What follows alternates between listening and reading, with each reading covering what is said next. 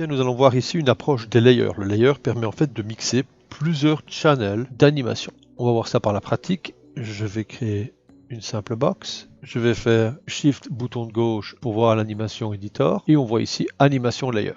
Lorsque vous cliquez à cet endroit, vous pouvez créer un nouveau layer mixte. Il va s'appeler par défaut layer. Il vient de faire un niveau de base. Le niveau de base est l'état actuel de vos transformations. Vous venez maintenant d'avoir un nouveau nœud de channel operator.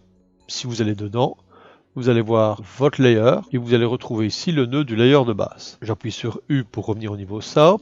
Je sélectionne la boîte pour mettre à jour l'animation editor par rapport à ma sélection. Je ne vais pas toucher à ce channel de base pour avoir toutes mes valeurs à 0, aussi bien sur les translations, les rotations et l'échelle. Pour créer un nouveau layer, je clique cette fois-ci sur le second icône ici en dessous, Addition Layer dans le Layer Mix. J'ai maintenant le layer 1. Ce layer est actif car il est en surluminance. Je vais me placer à cet endroit, dézoomer un petit peu pour voir ma scène et faire Shift T. Dès que vous créez une clé, vous avez dans l'animation editor une information qui vous dit que vous êtes bien sur le layer base. Je vais me mettre au dernier frame de la timeline et déplacer ce cube. Comme je suis en AutoKey, il est évident qu'il m'a créé une clé d'arrivée. Lorsque je vais faire play en temps réel, j'ai le déplacement sur le channel que j'ai utilisé, c'est-à-dire X. Si je reviens sur base, il n'y a aucune information de clé. Et il est évident que si je reviens sur layer, je retrouve l'information relative à l'animation que je viens de faire. Je viens maintenant sur le premier frame de ma timeline et je recrée un layer. Addition layer. Sur ce layer 2, ce qui va m'intéresser, c'est uniquement la translation sur Y. À cet endroit, au lieu d'entrer une valeur, je vais simplement faire bouton droit, Motion FX et mettre un wave.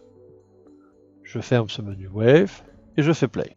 On voit le wave et bien sûr, il y a toujours, étant donné que tous mes channels sont actifs, mon déplacement sur Y. Si vous ne voulez voir qu'un seul layer, il suffit de cliquer sur cette icône. À ce moment-là, vous ne voyez que le layer actif. Bilan, si je mets sur base, il n'y a rien, vu que je n'avais créé aucune clé. Sur celui-ci, j'avais fait mon déplacement. Sur celui-ci, il y a le wave. J'arrête l'animation et je me positionne sur le premier frame.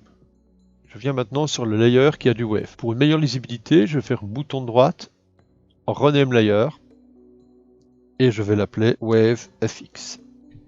Ok, maintenant je vois très bien le nom de mon wave. J'aimerais bien que sa valeur soit à 0. Si la valeur est à 0 et que je fais play, c'est comme s'il était complètement inactif. Ce qui est intéressant, c'est que cette force, on peut l'animer. Ici où j'ai mis la valeur 0, Alt, bouton de gauche, je viens de créer une animation sur la force du layer. Au milieu de la timeline, je vais mettre la force à 0.5, je valide avec Enter, et nous retrouvons ici la manière dont le layer va se fusionner aux autres. Vous pouvez bien sûr modifier le mode de fonction et les interpolations. Je reviens à la fin de l'animation, mais cette fois-ci je vais mettre à 1. Et si vous faites play, vous avez comme ça progressivement le wave qui vient recouvrir vos autres layers d'animation.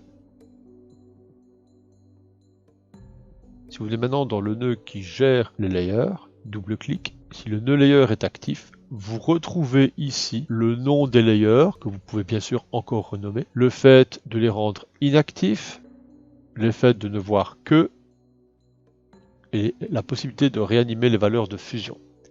Comme nous sommes dans le Motion FX, vous retrouvez ici la gestion de votre wave.